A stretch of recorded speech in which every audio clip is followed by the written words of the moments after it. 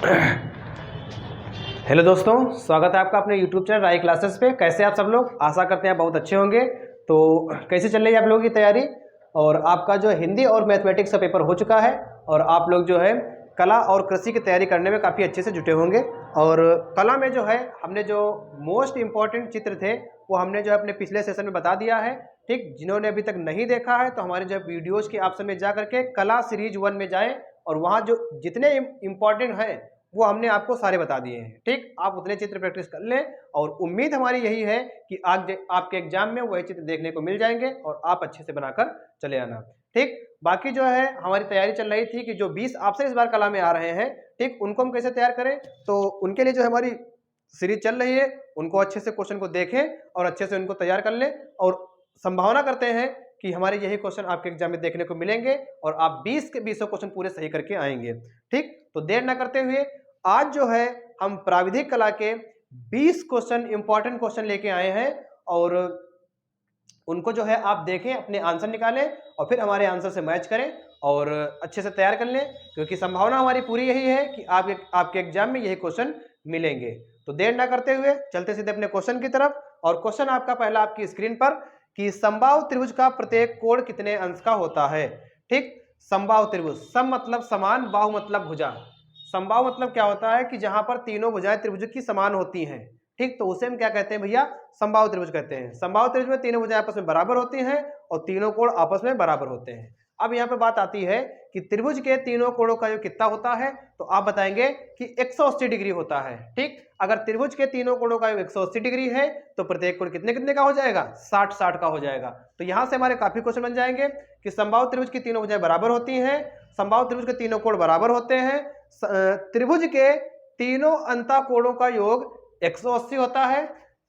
त्रिभुज की यहां पे आप बात छोड़ दें, कोई भी आकृति हो, त्रिभुज की बात छोड़ करके अगर आपके पास कोई भी आकृति है और उसके बाह्य कोणों का योग पूछ रहे हैं, बाह्य कोणों का योग हमेशा ध्यान रखना कि 360 होगा।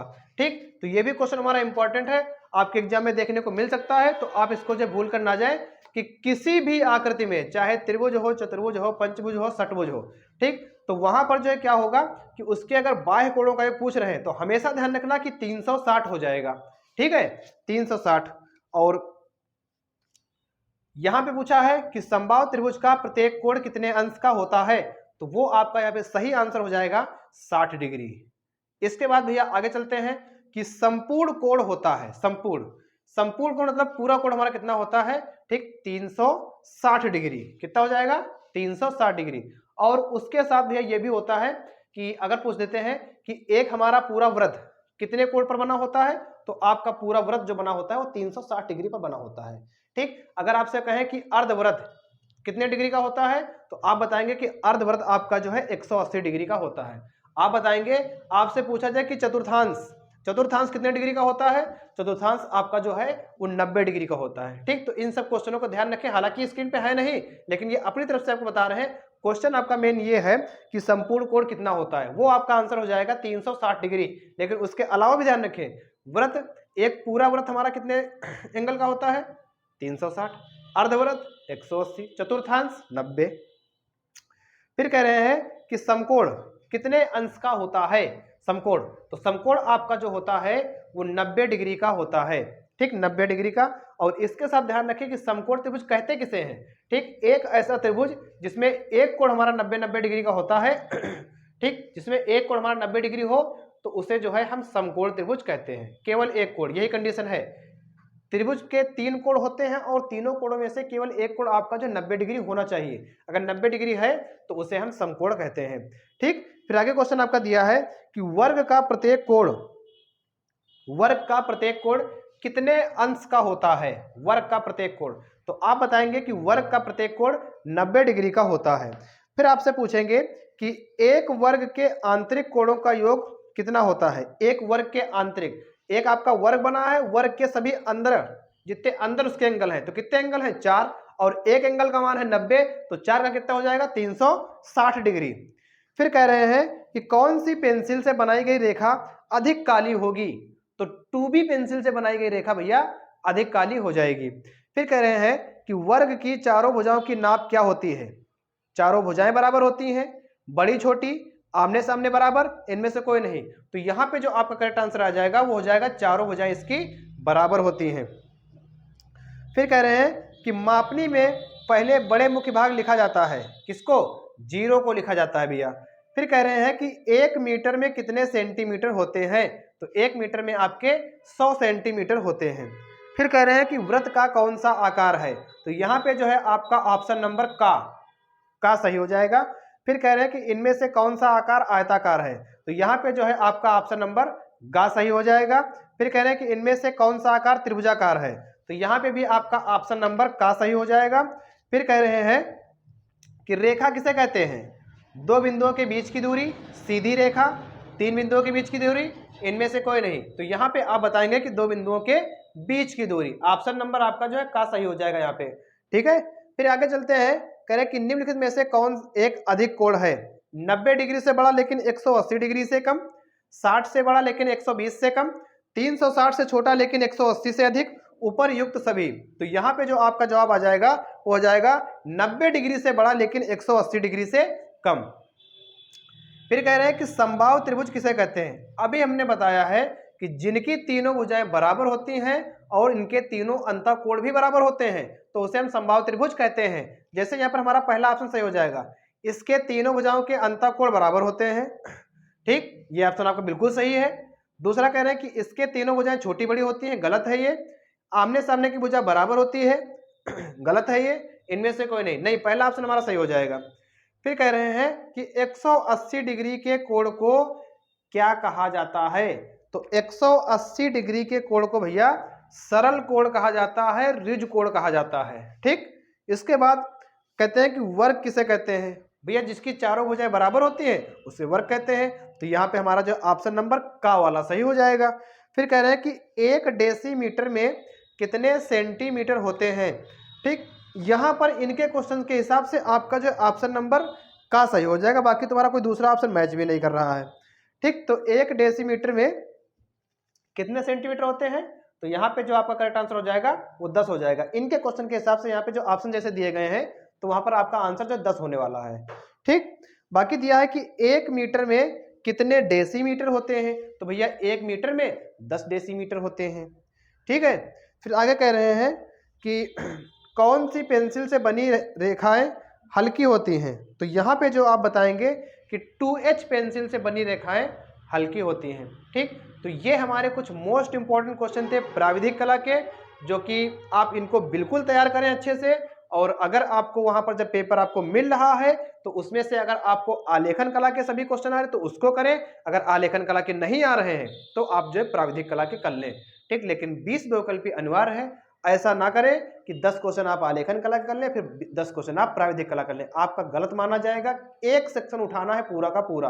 अगर आप आलेखन कला का करना चाहते हैं तो आलेखन कला के 20 क्वेश्चन कर लें बहुविकल्पी, और अगर आप जो है प्राविधिक कला करना चाहते हैं तो उसके 20 क्वेश्चन बहुविकल्पी कर लें अच्छे से, ठीक। आशा करते हैं कि आप लोग जो है सभी 20 के 20 क्वेश्चन टिक करके आएंगे, सही टिक करके आएंगे और अच्छे से अपना खंड गा और खा करके आएंगे, बढ़िया जो है आलेखन कला चित्र सहित बना के आएंगे। और उसके बाद जो है आप पत्तियों सहित आम, पत्तियों सहित जो है मूली, पत्तियों सहित अनार, ठीक। और इसके साथ साथ लौकी, सुराही, कप प्लेट, छाता, जग, खुला हुआ छाता, ठीक, और बाल्टी, उल्टा रखा हुआ गिलास, इन सब चित्रों के जो काफ़ी अच्छे से प्रैक्टिस करी होगी।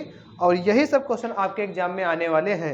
और कुछ क्वेश्चन 2-3 आपके इधर बाहर से ही बन जाते हैं कि जैसे एक आपको ये व्रत दिया गया है, एक आपको व्रत दिया गया है तो तुमसे कहेंगे कि व्रत पर कितनी स्पर्श रेखाएं खींची जा सकती हैं, ठीक। तो भैया ध्यान रखना कि अगर केवल एक व्रत है तो एक व्रत हमारा, ये ध्यान रखना कि एक व्रत जो है हमारा अनंत बिंदुओं से मिलकर बना है।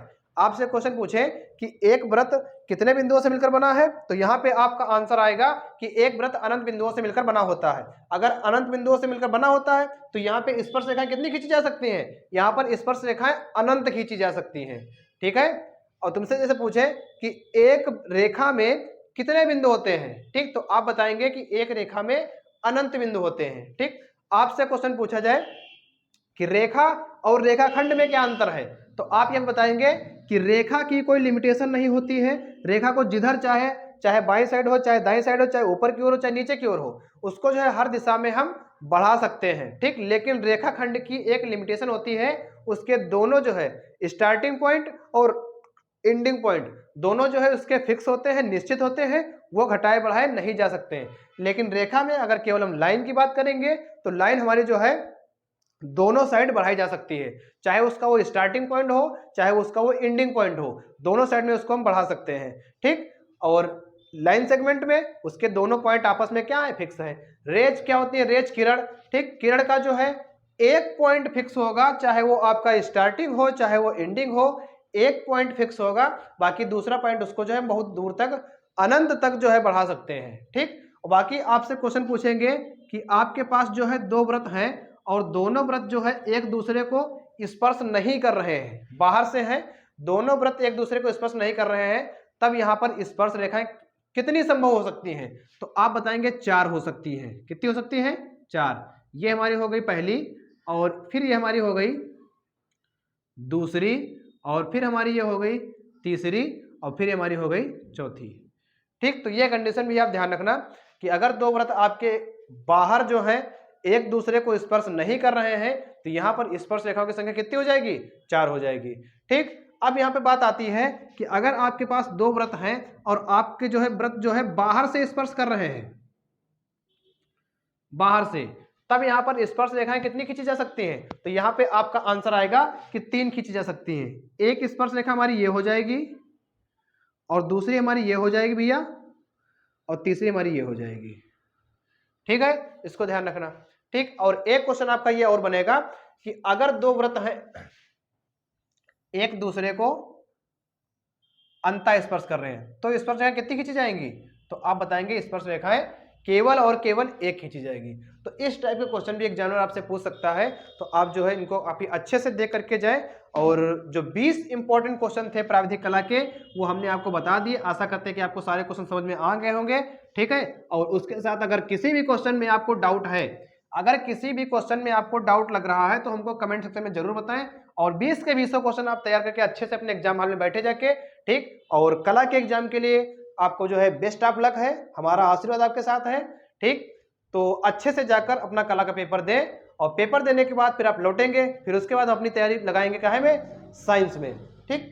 तो आज की वीडियो में इतना ही रखते हैं और जल्दी लौटेंगे अपने कला के अगले सेशन में। तब तक के लिए आप जो है कला इन क्वेश्चनों को तैयार करें, दोबारा हम आएंगे, फिर से आएंगे, तब तक के थैंक यू, धन्यवाद।